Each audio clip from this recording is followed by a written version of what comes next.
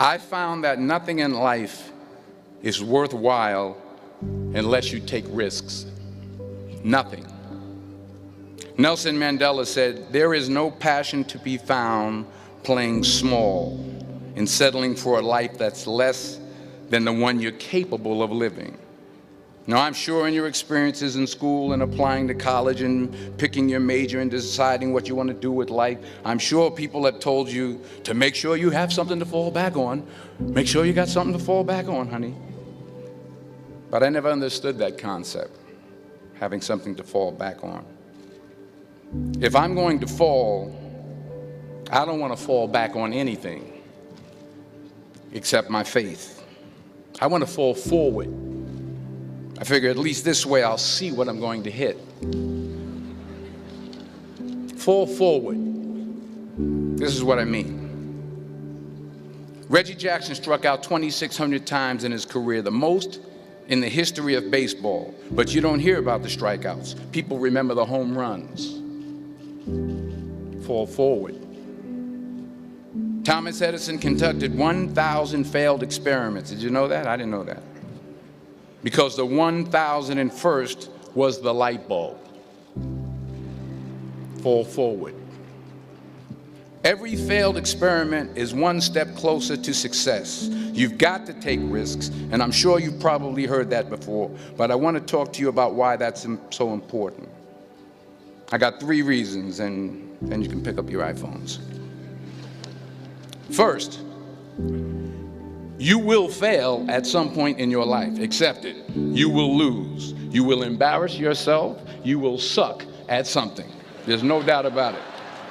And I know that's probably not a traditional message for a graduation ceremony, but hey, I'm telling you, embrace it, because it's inevitable. And I should know. In the acting business, you fail all the time. Early on in my career, I auditioned for a part in a Broadway musical. Perfect role for me, I thought, except for the fact that I can't sing. So I'm in the wings, I'm about to go on stage, but the guy in front of me, he's singing like Pavarotti. He's just, he's just going on and on and on, and I'm just shrinking. I'm getting smaller and smaller. So they say, "Oh, thank you very much, and you'll be hearing from us." So I come out with my little sheet music, and it was Just My Imagination by the Temptations. That's what I came up with. So I hand it to the accompanist, and she looks at it and looks at me and looks out at the director and was like, all right. So I start, I'm going to sing. I'm like, it's just my imagination once again, and they're coming away with me. And they're not saying anything, so I'm thinking I'm getting better. So I just start getting into it. It was just my imagination. Running. They say, "Oh, yeah, thank you. Thank you very much, Mr. Washington. Thank you." So I assumed I didn't get the job. But the next part of the audition, he called me back. The next part of the audition is the acting part of the audition. So I'm like, hey, okay, maybe I can't sing, but I know I can act. So they pair me with this guy, and again, I didn't know about musical theater. And musical theater is big, so they can reach everyone all the way in the back of the stadium. And I'm more from a realistic, naturalistic kind of acting where you actually talk to the person next to you. So I don't know what my line was. My line was, "Well, hand me the cup." And his line was, "Well, I will hand you the cup, my dear. The cup will be there to be handed to you." I said, "Oh, okay." "Well, should I give you the cup back?" "Oh, yes, you should give it back to me, because you know that is my cup and it should be given back to me." I didn't get the job. But here's the thing. I didn't quit. I didn't fall back. I walked out of there to prepare for the next audition, and the next audition, and the next audition. I prayed. I prayed, and I prayed. But I continued to fail and fail and fail. But it didn't matter, because you know what? There's an old saying, you hang around the barbershop long enough, sooner or later you're going to get a haircut. So you will catch a break, and I did catch a break. Last year, I did a play called Fences on Broadway. Someone talked about it. Won the Tony Award. And I didn't have to sing, by the way. But here's the kicker. It was at the Court Theater. It was at the same theater that I failed that first audition 30 years prior.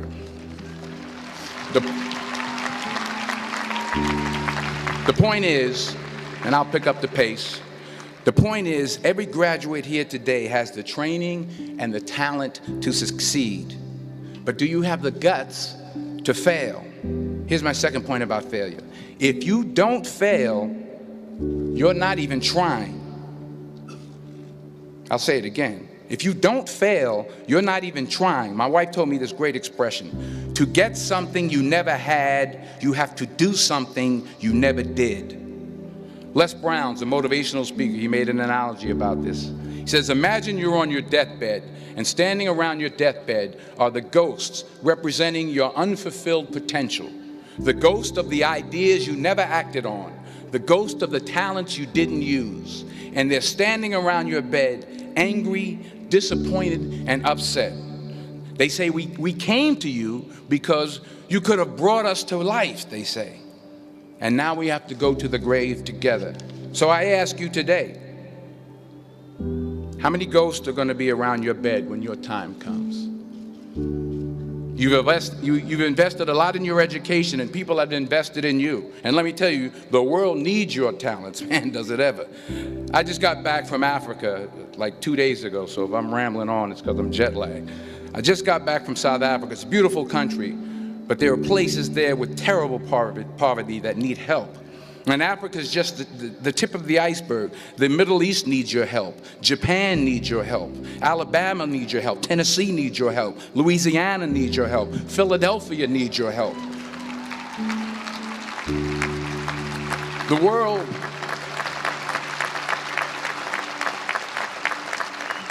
world needs a lot, and we need it from you. We really do. We need it from you young people. I mean, I'm not speaking for the rest of us up here, but I know I'm getting a little grayer.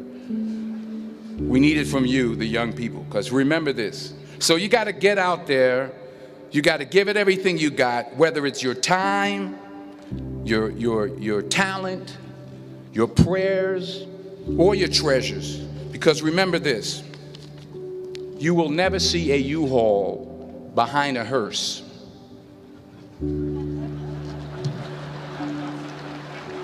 I'll say it again. You will never see a U-Haul behind a hearse. You can't take it with you.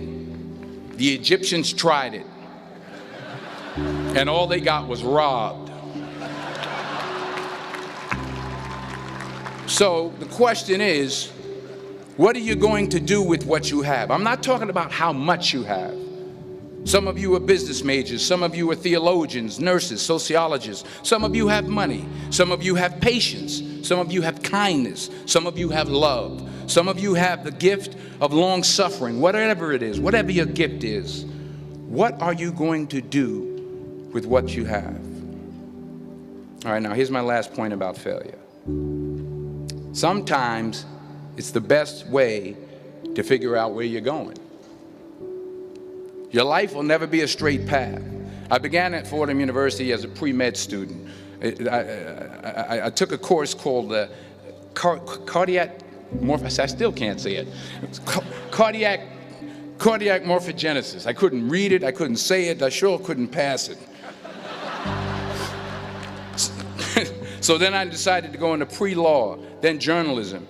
And with no academic focus, my grades took off in their own direction. Yeah, down. I was a 1.8 GPA one semester, and the university very politely suggested that it might be better to take some time off. I was 20 years old. I was at my lowest point. And then one day, and I remember the exact day, March 27th, 1975, I was helping my mother in her beauty shop. My mother owned a beauty shop up in Mount Vernon. And there was this older woman who was considered one of the elders in the town. And I didn't know her personally, but I was looking in the mirror, and every time I looked at the mirror, I could see her behind me, and she was staring at me. She just kept looking at me. Every time I looked at her, she kept giving me these strange looks. So she finally took the dryer off her head and she said something I'll never forget. First of all, she said, "Somebody give me a piece of paper. Give me a piece of paper." She said, "Young boy, I have a prophecy, a spiritual prophecy." She said, "You are going to travel the world and speak to millions of people." Now, mind you, I'm 20 years old. I'm flunked out of school. In fact, like a wise ass, I'm thinking to myself, maybe she's got something in that crystal ball about me getting back into school next fall. But maybe she was on to something, because later that summer, while working as a counselor at the YMCA camp in Connecticut, we put on a talent show for the campers. And after the show, another counselor came up to me and asked, "Have you ever thought about acting? You're good at that." So when I got back to Fordham that fall, I got in and I changed my major once again for the last time. And in the years that followed, just as that woman prophesied, I have traveled the world and I have spoken to millions of people through my movies. Millions who up till this day couldn't see me, who up till this day I couldn't see while I was talking to them, and they couldn't see me. They could only see the movie. They couldn't see the real me. But I see you today, and I'm encouraged by what I see. And I'm strengthened by what I see. And I love what I see.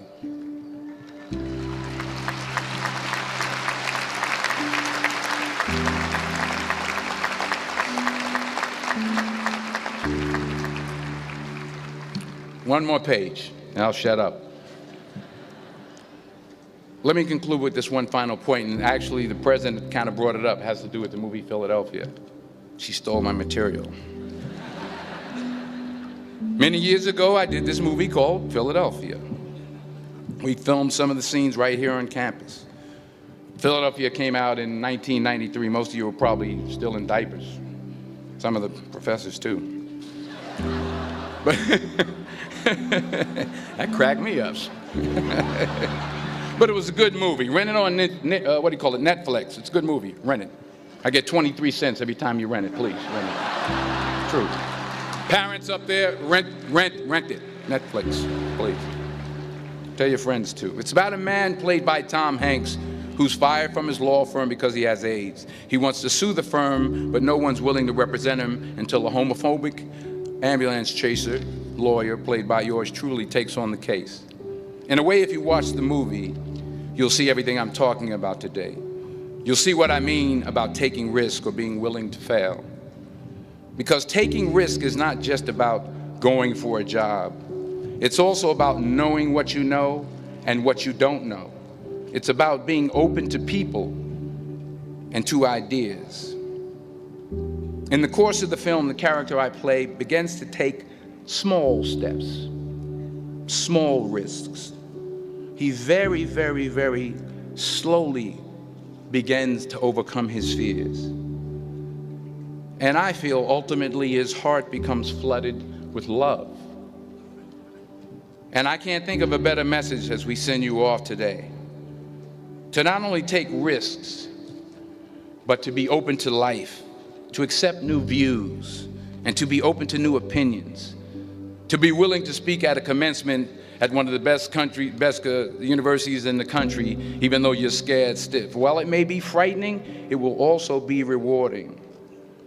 Because the chances you take, the people you meet, the people you love, the faith that you have, that's what's going to define you. So members of the class of 2011, this is your mission.